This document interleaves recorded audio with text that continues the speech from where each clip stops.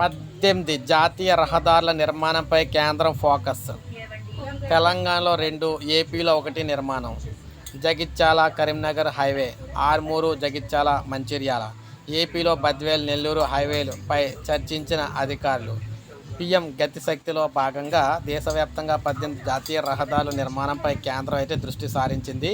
తెలుగు రాష్ట్రాల్లోనూ జాతీయ రహదారుల నిర్మాణానికి కేంద్ర నిర్ణయం తీసుకుంది. ఢిల్లీలో పీఎం గతిశక్తి నెట్వర్క్ ప్లానింగ్ గ్రూప్ ఎన్పీజీ 78వ సమావేశం అయితే జరిగిందనమాట.